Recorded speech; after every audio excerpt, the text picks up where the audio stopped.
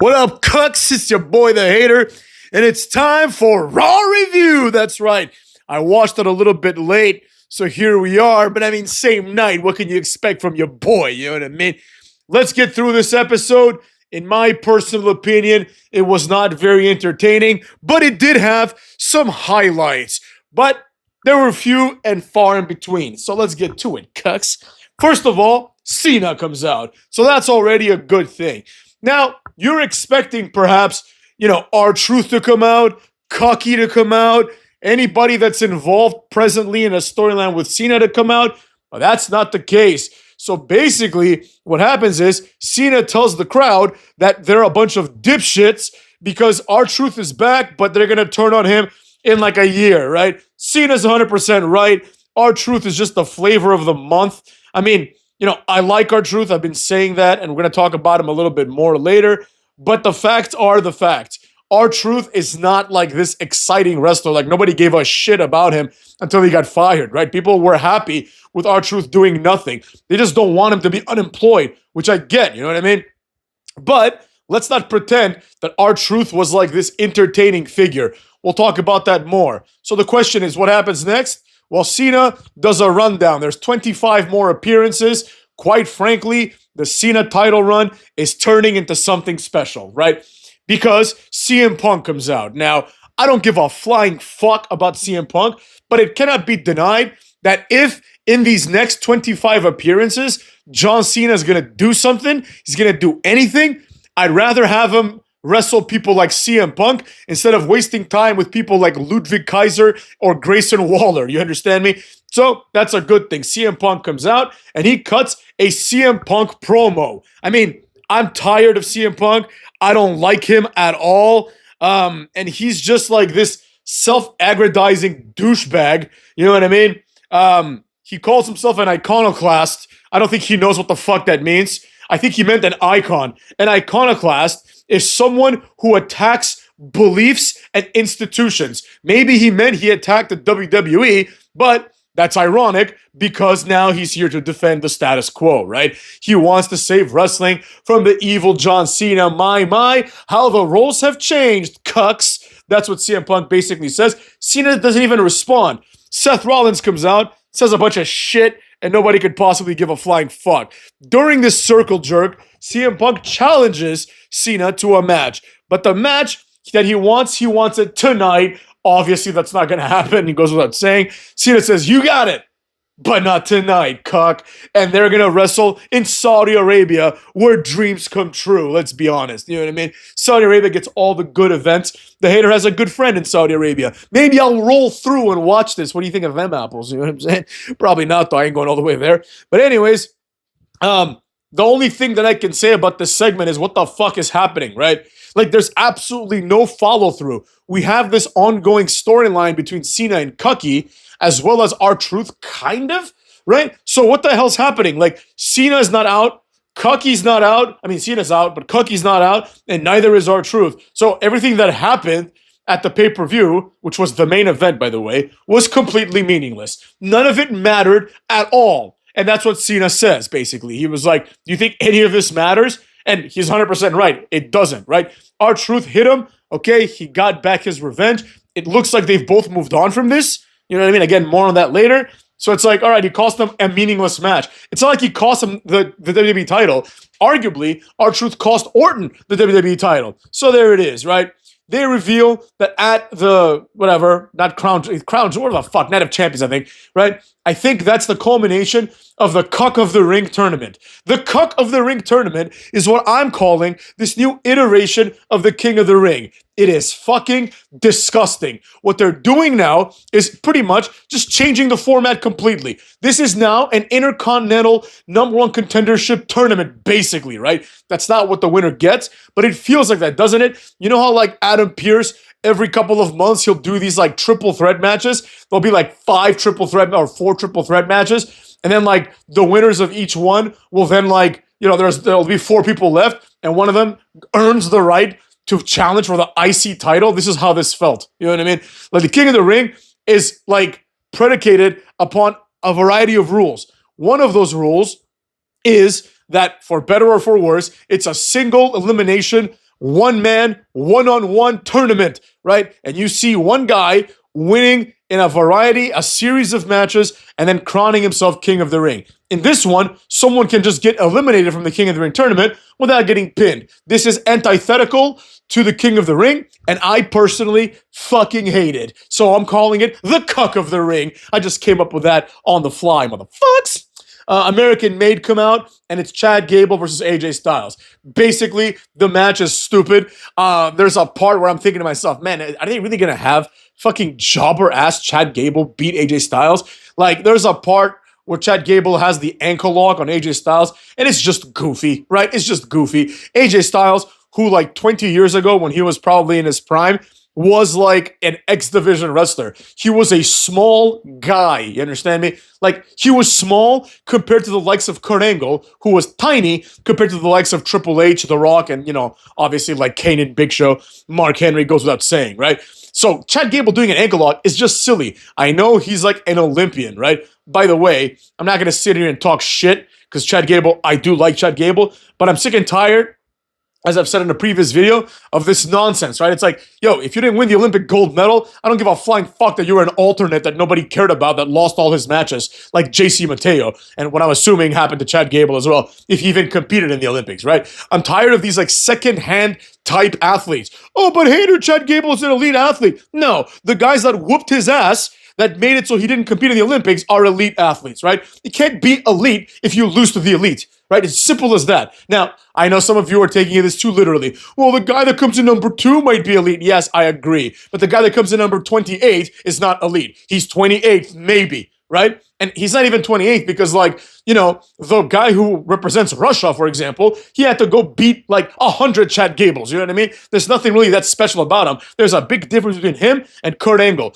And also, the size discrepancy between him and AJ Styles is just silly. It's like AJ Styles could easily get out of this ankle lock in 1 second if he wanted to. You know what I mean? Kurt Angle, even if he did it on Kane, it's Kurt Angle, right? He's fucking, first of all, he's juiced to the gills, or he's not juiced because I don't know if he took steroids, but he's just jacked as fuck, right? And he is an Olympic world champion, right? Chad Gable isn't, so he shouldn't have the same capabilities as the champion, right? Kurt Angle does Chad Gable shit. Chad Gable imitates Kurt Angle shit, and that's all this is. AJ Styles eventually wins with what Wade Barrett calls a flash clash, which might be the name of this move. It's effectively a Styles clash, but he goes for the calf slicer and then turns it into a Styles clash. It was pretty cool. It looked pretty badass. But that said, this is directionless, right? AJ Styles is directionless, and Chad Gable has been directionless literally his entire career. So this is a complete and utter waste of fucking time.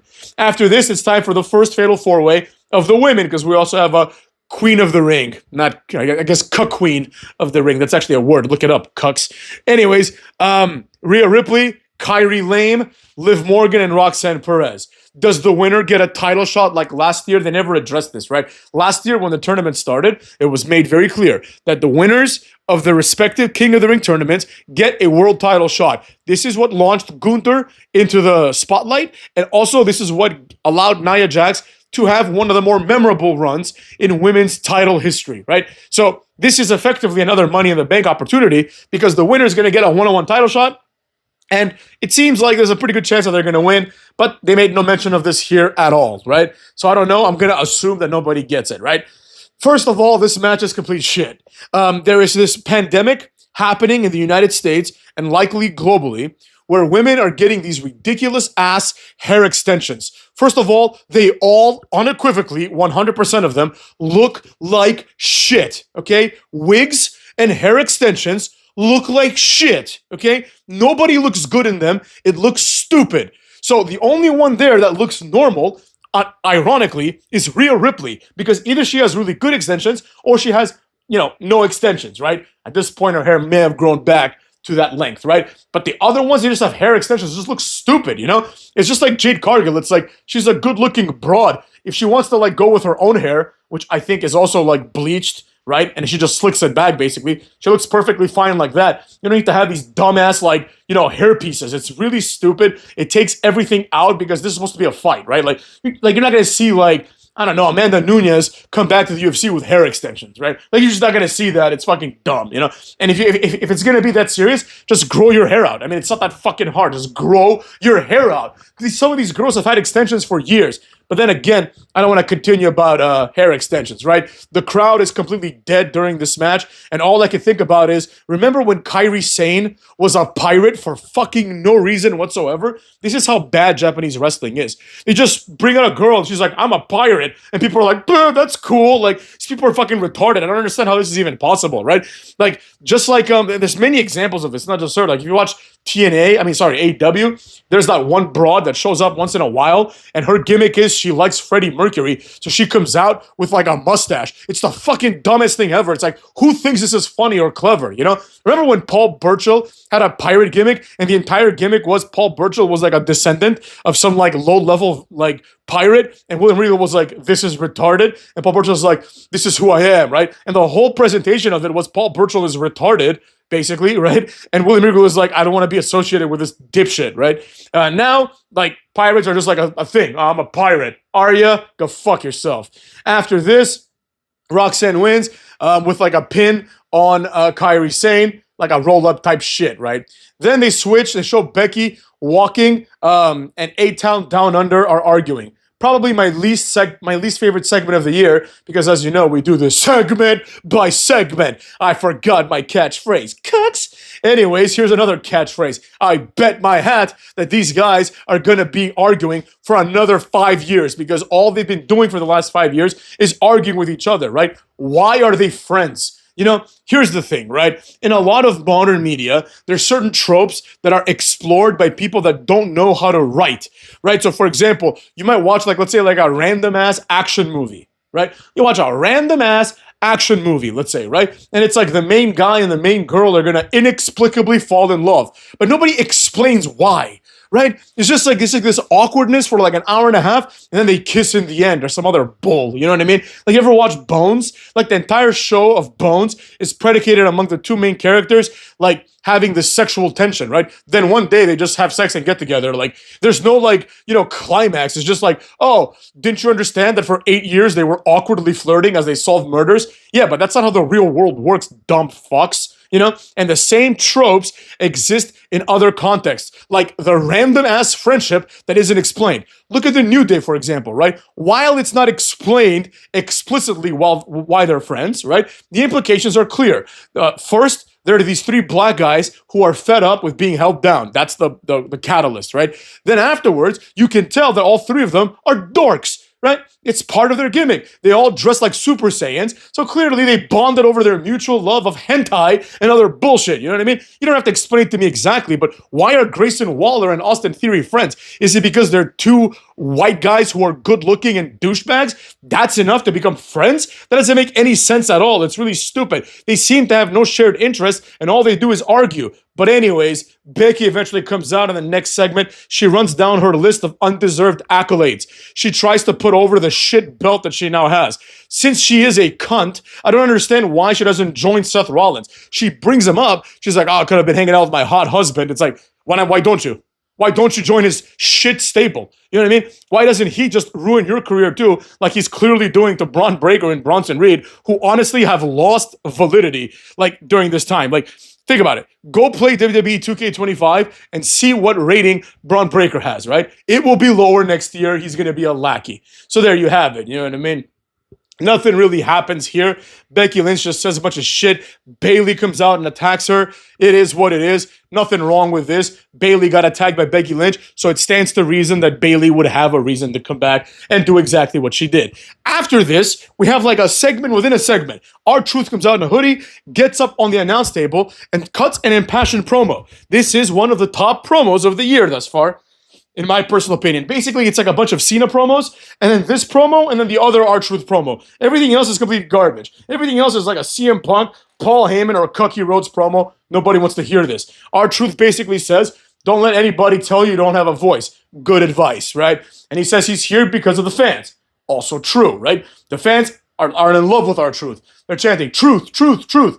Eventually, R-Truth says, like, R-Truth is a little silly, right? R-Truth is a little bit of a sideshow act, but I'm not him, right? I am not a sideshow act, right? So effectively what's happened here is the E definitely must have heard the hater or some other hateristic voice, because I've been saying this for a long ass time. I've been saying it. A lot of people are going to think, oh, hater, didn't you say you're happy that R-Truth was released? No, I didn't. I said that R-Truth should have been booked much better, right? And in my last video, I said better late than never, I suppose. But in my personal opinion, this should have been the way that R-Truth gets introduced. Nobody should have wanted a character called R-Truth who acts like a retard. And all of you that have been here for even a few months, you'll know that one of my biggest criticisms of the WWE is how R-Truth is presented as if he is retarded, right? My counter programming to that would be, hey, how about present this guy as what he is? A badass, a guy that's really good on the mic and who looks very aggressive, and he has like a good look. In his younger days, he was a good looking guy.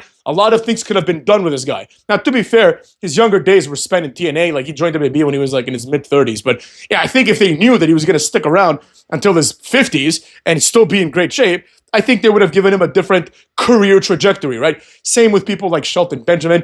Same with even like Ric Flair, right? The people that overstay their welcome, you're like, oh shit, we could have done more with this guy. You know what I mean? But anyways, he comes out, pulls out scissors, and cuts off the 3 strands of hair that he has, right? They show the crowd reacting as if like fucking Edge in his prime with like his hair cut his hair off. R-Truth, like he only grows hair from like the back of his head. Like the writing is on the wall, you know what I mean? When I saw that, I was like, oh shit, this guy's losing all his hair, clearly, right? It's growing only from like the peak of his head, you know? And he has to like do like the, I guess like the braid comb over, right? Where he has to like take the braids from the back of his neck and just kind of flip them forward so he doesn't look bald, right? And you could tell he's balding, nothing wrong with that. Personally, the hater thinks that bald people, like, I don't know why people that bald, like the hater still has his hair, thank God. But when I was in college, I shaved my head just to see what it would look like bald. Like when I did boxing, I did that because it's also easier, right? And like I was like, oh, this looks perfectly fine. And the hater has pretty good hair, but I'm just thinking to myself, like, eventually it's gonna fall. I don't give a fuck. So I don't know why people pretend that it's like this horrible thing. So basically, R-Truth cuts off the 3 hairs that he has left, and he says, Ron Killings is here. The fans pop as they should. I am excited to see the presentation of Ron Killings. I want to see what music he comes out to. Hopefully it's not the same theme song. I want to see if he has any different moves. Maybe he just starts doing the axe kick again, right? He needs to have like a little bit of a revamp. And, you know, if he's going to be this aggressive, like the Ron Killings version of his character, the first match needs to be like him against like Ludwig Kaiser. Maybe not Ludwig Kaiser, because Ludwig Kaiser would probably beat his ass in real life at this point. But like, you know, maybe him versus like, I don't know, like Santos Escobar or something, right? And he needs to just squash Santos Escobar. Ludwig Kaiser, I don't think it's reasonable for him to squash Ludwig Kaiser, but you know, he needs to squash like a lesser wrestler, right? Someone on the level of Ludwig Kaiser, but who's not like as fit and as like, you know, powerful looking as Ludwig. Don't get me wrong, I know some of you are already getting mad. Oh, R-Truth looks great. Yeah, he does. No one's saying he doesn't, but at 53, Ludwig Kaiser's beating his ass. You know what I'm saying? That's not here or there. The point is, you know, push him correctly is my point, right? Don't have him like barely win the match. Have him come out and just destroy somebody. You know, just destroy somebody.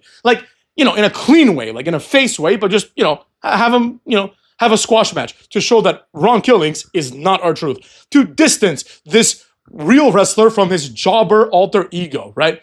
After this, we see that Finn Balor is being a butthurt loser. It's been about 2 years now that Finn Balor's gimmick has always been be unhappy about the accomplishments of his superiors who are around him. First, it was Damian Priest. Now it's, Dominic Mysterio. And Dominic Mysterio, just like Damian Priest, they act oblivious, right? Okay, Damian Priest could afford to do so because he thought that they were family, right? But Dominic has no reason to believe this because they all turned on Damian Priest. They're all capable of turning, motherfucks. So anyways, Dominic is in the four-way to go to the King of the Ring. And that match is next. At some point, Dominic does the Three Amigos.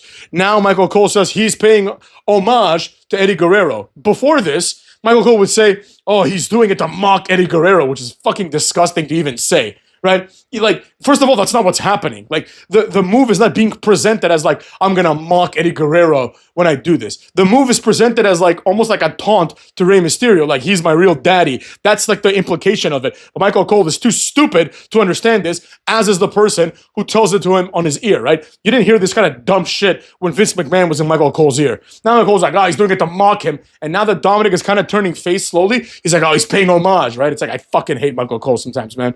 Penta hits the Mexican Destroyer. Braun Breaker misses his spot. And Dom is forced to kick out of it on his own. And he kicks out of what once was a legendary move. I'm not going to go on the rant that I want to go on right now about how the Canadian Destroyer was probably my favorite finishing move for like 10 years, right? The first time I saw TNA, they showed like a preview, and I couldn't believe what I see with my eyes. I'm like, this is a move that like I would fantasize about as a child. I'm like, what if I get someone in like the pile driver position and then I flip over and then I pile drive them like that? I'm like, no, it's humanly impossible. It's the physics make no sense, right? Then I see Petey Williams doing it. I'm like, this is fucking incredible. That was one of the main reasons why I started watching TNA. That, Abyss, Sanjay Dutt, and Ron Killings, motherfucks, because like I watched this like free event, like on Comcast, you could just get these like free events. I didn't know what TNA was, so I just watched the free event. I'm like, this is fucking sick, you know? There was a match, it was like Abyss and Ron Killings, Sanjay Dutt, it was like a battle royal, right? So I'm like, and then on the preview, they show Peter Williams doing that. I'm like, this is it. This is the real wrestling company that I've been waiting for. And it was the best time of my life in terms of wrestling by far, after the Attitude Era, of course, right? So, eventually, some more bullshit happens. Braun spears Penta. But then all of a sudden, the People's Champion, LA Knight, comes out, hits a BFT on Braun Breaker. And then this leads to a bunch of distractions. Sami Zayn, I knew he was going to win, does the haluva kick and pins like Dominic, right? I'm pretty sure Sami Zayn's going to win the whole thing, if I'm being honest, because he is an Arab and they're going to be in Saudi Arabia. And the Arabs want an Arab to win. Oh, but hater, Sami Zayn is not an Arab. He's white. Well, let me learn you something, dumb fucks. Arab is kind of like Latino, right? It's not a racial thing. It is a political, social, and cultural designation, as well as geographical, right? So like Latin Americans, like most Latin Americans are white as fuck, you know? Then you got some black ones. Then you got some like mestizos, right? But the majority of them, like if you go to like Argentina and Uruguay, it's like everyone's white. You know what I mean? So there you have it, right? Now I learned you something. It's the same thing with Arabs, right? There's black Arabs, like African Arabs. There's European-ish Arabs. Sami Zayn is one of those guys, right? This is a very common thing in the world. So, you know, you learn something from the hater, right? I'm totally cool. Honestly, I can't believe I'm saying this, but I'm totally cool with Sami Zayn winning it. It's a meaningless tournament. Who the fuck cares? Let the Arabs get something. You know, they deserve it. They've been given all this money. And honestly, the best pay-per-views of the year happen in Saudi Arabia, so I'm totally cool with it. After this, Kathy Kelly's interviewing AJ Styles. He's saying some uninteresting shit. Then Kathy Kelly sees something else, and it's Grayson Waller, talking to New Day, who like him. They get along, right? New Day say that the teams are all mid, and they refuse to defend the tag team titles, right? Basically, the New Day keeps talking a bunch of shit, but the fact is that New Day is 100% right about everything. This was one of the more enjoyable segments of the night, because Kathy Kelly's like, why don't you defend the titles? Fuck that. Why should we? Why don't the Street Profits defend the titles? You know what I'm saying? Why didn't Cody Rhodes defend the titles? Shut the fuck up. They're like, we defended the titles 2 weeks ago. You know, and then they say basically like the WWE universe should be lucky and appreciative of the fact that we're pretty much making these titles relevant again. And it's like, I don't see any lies there. Like the Raw Tag Team titles, by virtue of being held by the New Day, are 100 times more interesting than the SmackDown titles held by a lesser tag team in the Street Profits and being contended for by other lesser tag teams like DIY and Motor City Machine Guns, who are not entertaining anymore. You know what I'm saying? After this, Nikki Bella is here. Asuka comes back next week to participate in a Fatal 4-Way. Hopefully she wins. I'd be cool with her winning Queen of the Ring. Queen of the Ring cuts. Nikki gets a very, very, very mild reaction. It's basically a non-reaction. Nobody could possibly care about what she's saying. And it's almost to the point where it's disrespectful. Like if the hater was in the audience, I would start cheering for Nikki just out of pity. I'd be like, oh, poor girl. She's back here and literally no one gives a flying rat's ass about the fact that she's here, right? She basically puts over, they're doing like a WWE Evolution, which is going to be a women's only like PLE. Well, I'll tell you this, motherfuckers, the hater can't wait to review and watch this. Obviously, I'm not going to do any of that shit, But maybe the Lover will make a comeback. That sounds like an event that the Lover would enjoy, motherfucks. She also calls Stephanie Vaquer Stephanie Vaquet. Common mistake, like in French it would be Vaquet, right? But she's not French, cuck. She's from Chile, which means she speaks Spanish, which means Nikki Bella doesn't speak Spanish because she can't pronounce the last name. More importantly, it shows that Nikki Bella doesn't fucking watch this tripe. She doesn't watch this shit, so she doesn't know, like, Dick from Tom or whatever the fuck the saying is, you know what I'm saying? After this, Liv comes out and is upset because Nikki Bella says, we have so many good wrestlers like Stephanie Vaquet, like, and a bunch of others. And Liv comes out, like, furious. She's like, why didn't you mention me? The crowd goes nuts. They love Liv, right? And then basically what happens is, like, Liv and Nikki talk some shit. Liv says she doesn't have a man.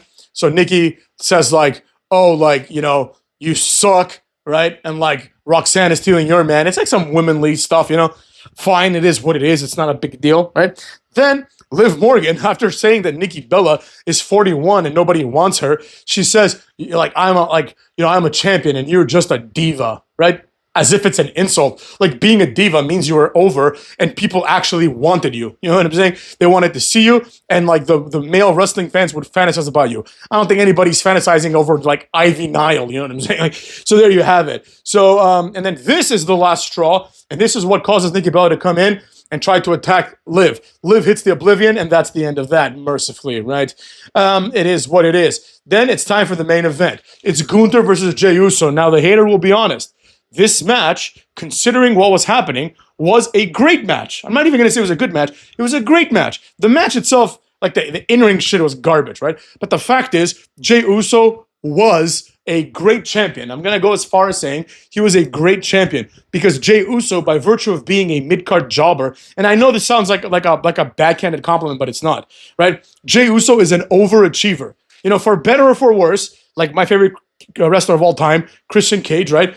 I put him in that same category of he had his one moment. You know what I mean? And the moment was epic for his fans, right? And the fact is that as soon as, like, Christian won the title, I'm like, oh man, how long till he fucking drops this shit? I didn't think it was going to be that Friday against Randy Orton, but when SmackDown started and they set up the world title match, I was like, fuck, man, the probability of Christian retaining is like 10% at best, because Christian I knew he was going to be a transitory champion. To be fair, he stayed in the main event for a long time. He won the title back from Orton, so, like, it was a good run at the top for Christian, But it's the same thing with Jey Uso, right? Every Jey Uso title match becomes interesting because he might lose the title, right? Whereas, for example, like, we're going to see Cena versus CM Punk. I don't see CM Punk beating Cena. You see what I'm saying? I don't care how it plays out. Like, Cena's going to beat CM Punk.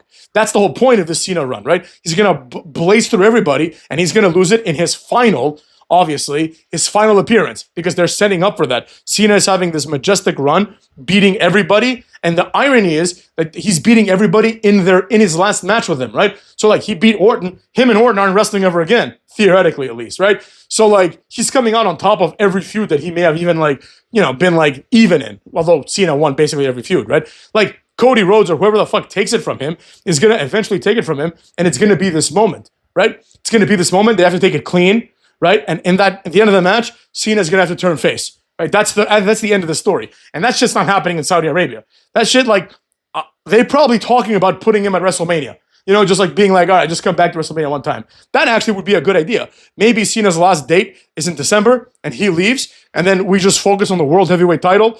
That title then gets a boost. They're never going to do this, but I think it would be better booking, right? Then eventually, you know what I'm saying? Like, Cena has to come back for WrestleMania.